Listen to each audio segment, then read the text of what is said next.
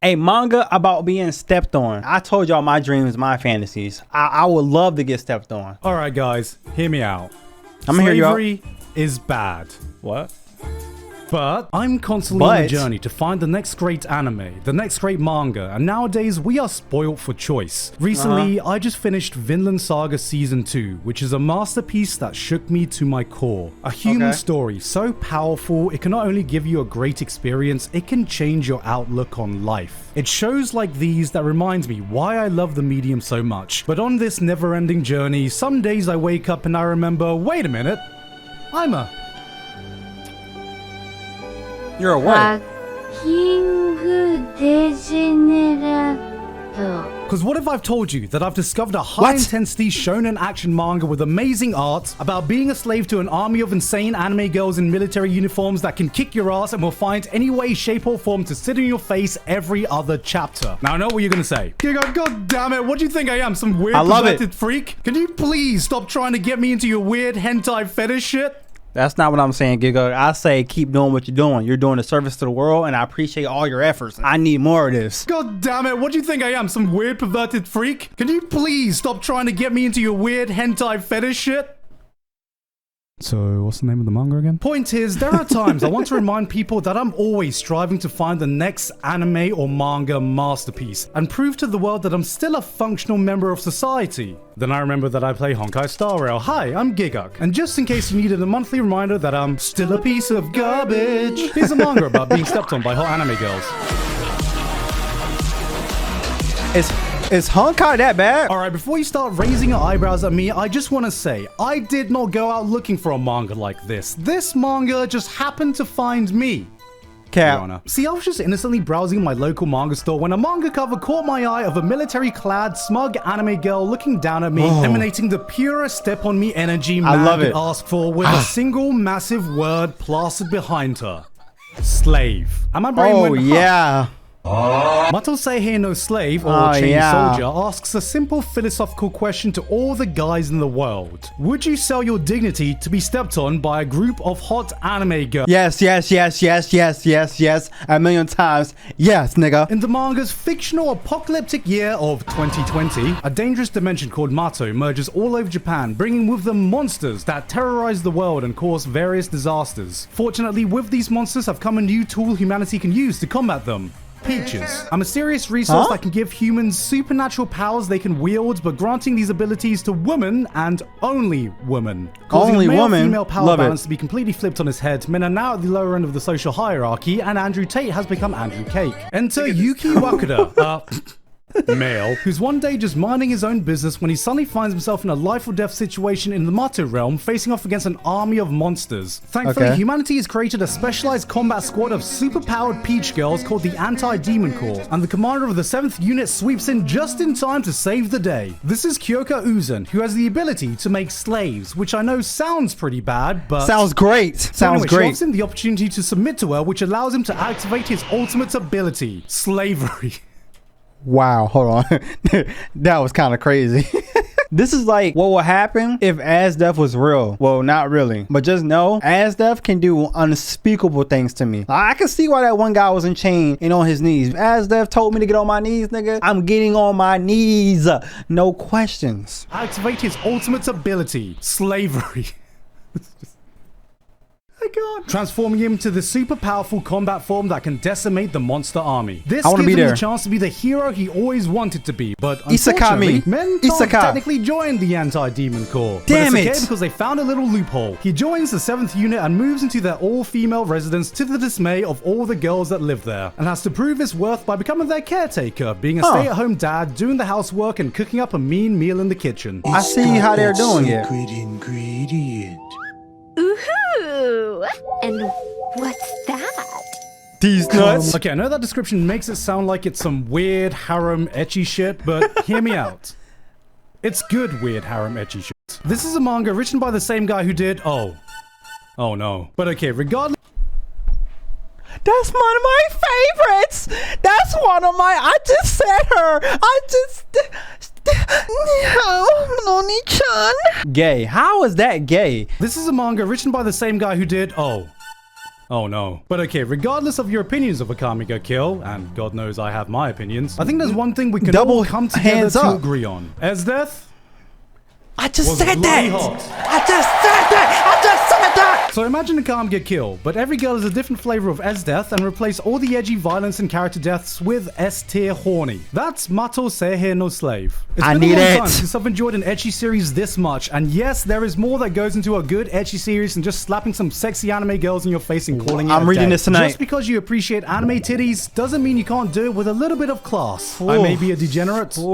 But I'm a degenerate with standards. I'm not one to watch a show with nothing but fan service and ecchi scenes as its selling point. Maybe that would have worked when I was a dumbass 14-year-old kid, but motherfucker, there's this thing called hentai. It's like ecchi, but without the blue ball in. And it's art. If I'm gonna watch a show, there needs to be another hook. Nice action, an interesting world, a compelling romance, plot. But another equally important thing is how you implement the fan service in your show. You can't just show me thick anime thighs and expect...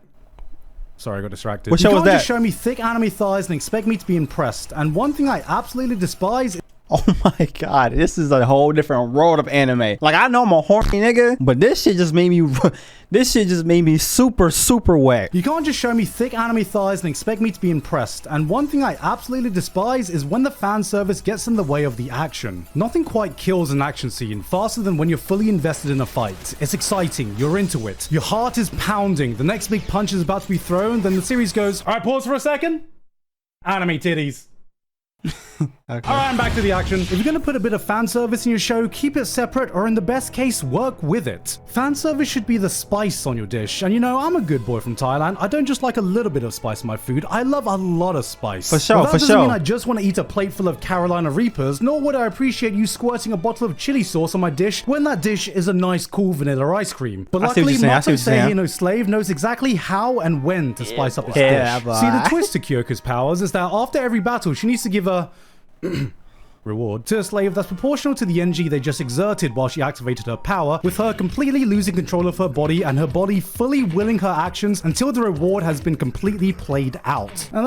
Oh, she can't control she can't control her horniness. She can't control her horniness. I'm watching this tonight. Watching, reading, whatever I need to do to get to the end of this series, I'm doing it tonight. Proportional to the NG they just exerted while she activated her power, with her completely losing control of her body and her body fully willing her actions until the reward has been completely played out. And let's just say these rewards do my Southeast Asian heritage proud. Mamma mia, that's a spicy... What this means is that the degeneracy never gets in the way of the action. In fact, they work together to enhance one another because the fan service you get scales with the action that precedes it. There are some chapters that give you just a quick and casual brawl that rewards you with just a little tease, just a little tickling of the balls. But it's when you get the epic, multi-chapter, arc-ending fights. There's the anticipation that as a reader, you know that once the battle is over, there is an equally epic, high-intensity, full-on degenerate ecchi scene from the gods waiting for you.